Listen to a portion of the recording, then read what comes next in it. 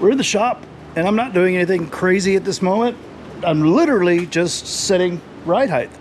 So I'm just going to go through the video. We're going to talk about setting ride height. Okay.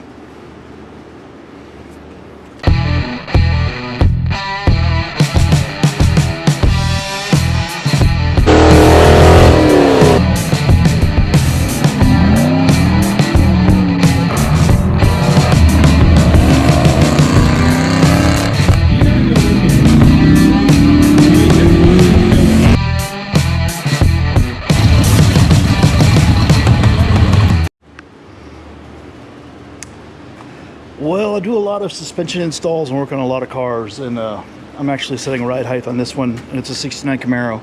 A lot of 69 Camaros, here's a perfect example. Let me kind of spin this around.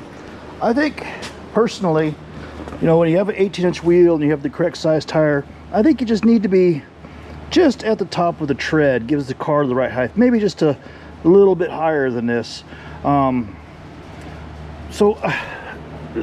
You know, I get the question about preloads and so on. So we take when you build your coilover, you know, people always ask, how much preload should I put on it? It really doesn't matter, because it's going to be relative to what your car weighs or what your car wants, you know, corner weighting and so on. And, you know, if you don't have anything fancy to do it, it literally is just an up and down process. You know, you take your spring and you put it on, and you just snug the collar up against the spring. That's it. If you want to add preload is just the amount of tension that's put on there. Go ahead and crank it up. You know, move this up about another inch. An inch of preload is probably a good place to start on most suspensions, especially if your spring rate's right. That's about where you'll be. So this collar will end up, you know, in here about halfway on these threads, and that kind of works out with most of them. So I'm actually doing this one. We're gonna do the adjustments on this one, and we will just set the front, then we'll set the rear and see how everything works. This is a drop that coil over. Look at that. Throw right in the cam, or actually next to the cam. So yeah, just set the ride height front, set the ride height in the rear, and I'll go from there. And we'll just show little bits of it. This is a Viking coil over here, and you have a locking collar on the bottom, and we take the locking collar and loosen it up. I usually spin it down to the bottom, or the way that I can measure what I'm doing here. Then I'll just move this upper collar up. So we're going to go up from where we're at right now, probably about a quarter of an inch. That'll give us about a half inch more ride height out there. Because remember, this is on a Camaro anyways, it's 2-to-1, because it's a 16-inch arm. It's kind of in the middle, so for every half an inch or quarter of an inch you move here. So if I move a quarter here, it's a half an inch on the ride height. If I move a half an inch here, it's an inch in ride height, or pretty close too. Especially if you are in the right spring rate. Let's get the camera sat down and get on.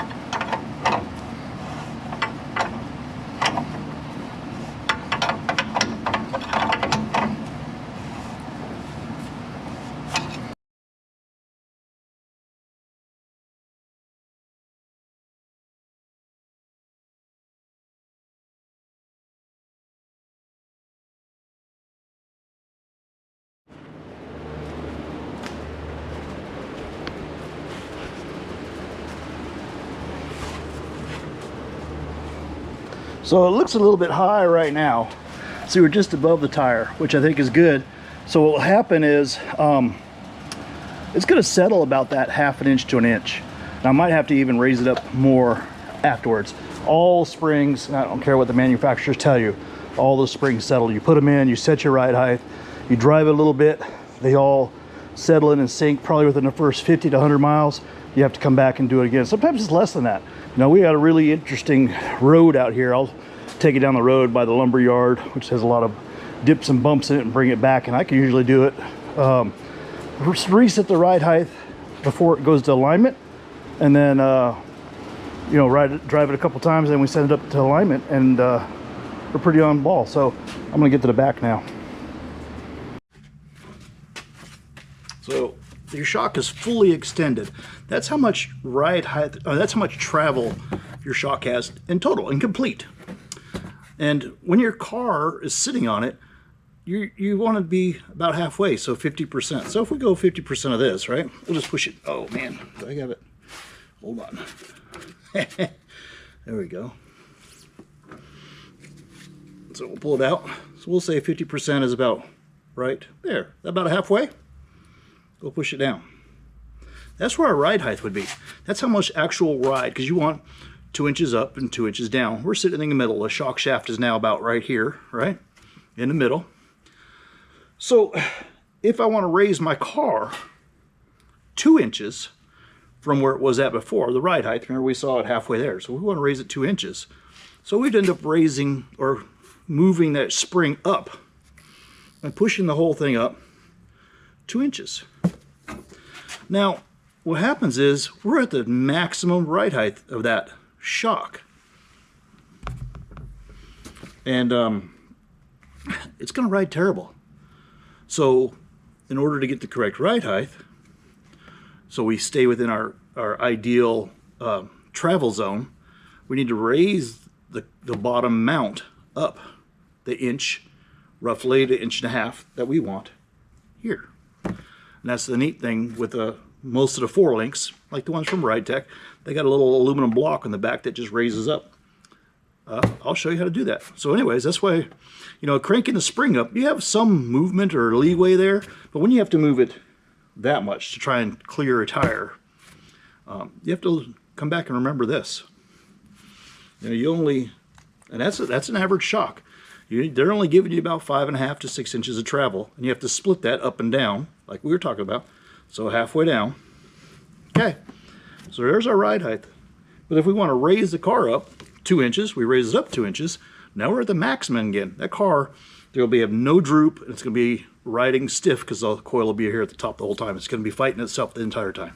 All right, let's get back to adjusting that.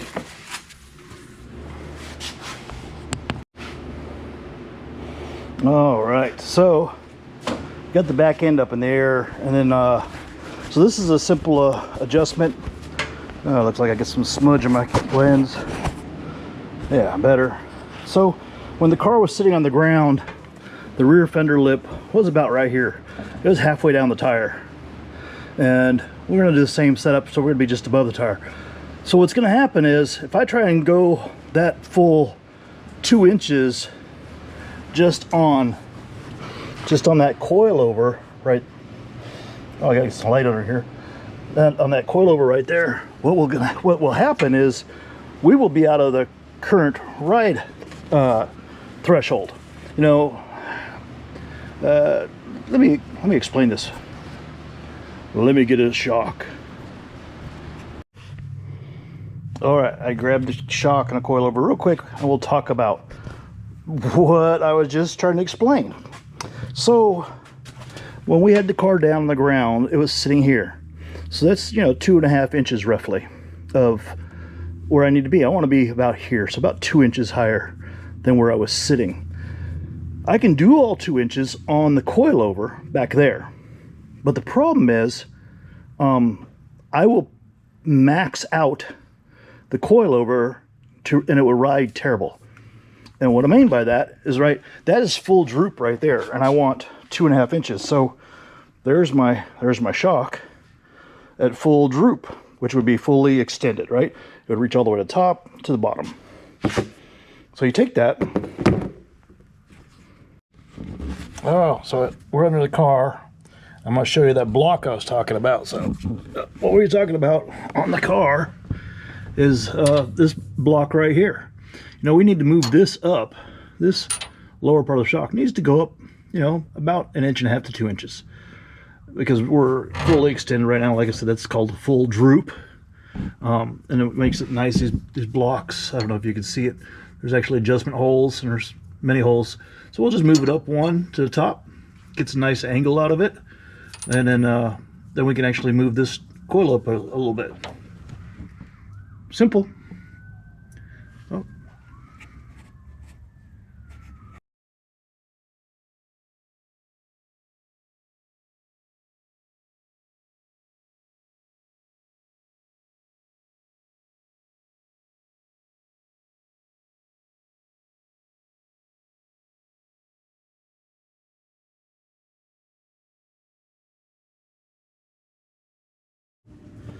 Now, hold on. Now we've moved both brackets up about 1 inch, and we haven't touched any of the collars or anything on here yet. So we'll actually let the car back down, see where we're at, we'll come back underneath, and then see if we can adjust the extra inches so that we need. Awesome, huh?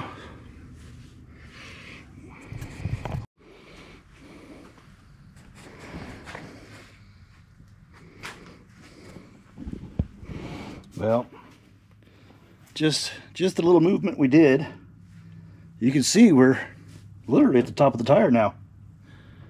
I might go, like I said, I'll go up a little bit more. I want to just above the tread in the back, because it'll settle. That way it's just above it's settled to where it's at now. Same way this is in the front. See, we're above the tire in this front. Same thing will happen, it'll settle. Probably have to come back and readjust it, but right now got clearance in the back, on the front, and can run my fingers through here. Got clearance on the back. Actually, I'm gonna go in there, probably trim. It's got a heck of a lip there still. Somebody's already trimmed some of it away, because it's usually about 1 inch wide, and it's a little bit narrower than that right there. As thin as it feels, I almost bet this has been a replacement quarter. So I might even be able to just roll it. I don't know. I'll look. Pop tires off, take a look. But liking where it's at now, I'll go back up, add about 1/2 inch on that, and go from there. So we're setting the back ride height. Let me talk about this. Here's another little trick that's interesting, or what happens, and it's things we've got. Let me move this light out of the way. Things I've had questioned many times. I get people that say my springs aren't exactly the same, one sits higher than the other. They will, because your car's not exactly the same. Often you'll have more tension on your driver's side than you will on your passenger side, depending on how the car is built. And the reason is, not only is your butt sitting in the driver's seat, so you do offset it for your weight, however much you weigh, but you also have a steering column, a steering box, brake pedal housing, the brake pedal, clutch pedal if you have a manual car, you have the brake booster, a brake master cylinder, a proportioning valve, all down this side of the car. So you've added quite a bit of weight on this side of the car as compared to the passenger side, where most of them have nothing. You have a heater box. That's it. Air conditioned car might be a little bit more balanced. In most pro touring cars, or even hot rods now, these guys are taking the battery and moving it to the trunk. So, you know, originally you had a steering column and your brakes and everything on one side, and you had the weight of a battery and your air conditioning and everything on the passenger side. But, you know, when that all gets moved around, these tensions that are on these coilovers change. So they'll be different from side to side. You can see there's not much tension on the back of this, and that was holding up the car. You saw how nicely it was. So, you know, having a measuring or a starting point is usually pretty good. You know, like that one, you know, what I got? 3 5/8, and we know on this side over here, I'll go at least 3 5/8. So,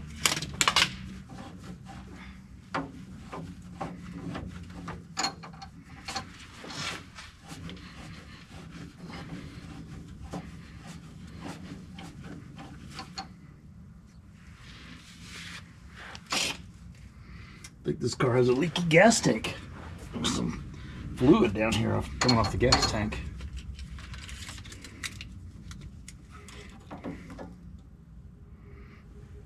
Nope. I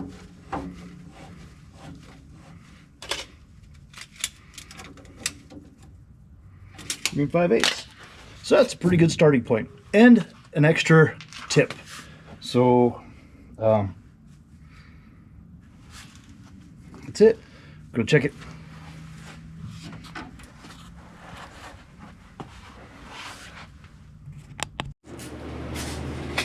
Here's a perfect example. We just literally just lowered the car, and we were just talking about how they're different from side to side, and you saw we set the springs identical from side to side, and I got out and looked. That one's top of the tire, and that's the driver's side, and here's the passenger side, just above tire. So if we take a tape measure, let's just take a look at it here. We're gonna say 24 and 5/8. So I got 24 and 5/8 there. What do we got on this side? 24 and 5/8 on the first side, and on this side we got 24. Oh, look at there, 24 and 3/8. Well, so this side he'll have to go up a little bit more. There's like a half an inch difference, 3/4 inch difference from side to side, just in the back. And then that's how it's doing to set the ride height. So I'll jack it up, get a little bit more on this side.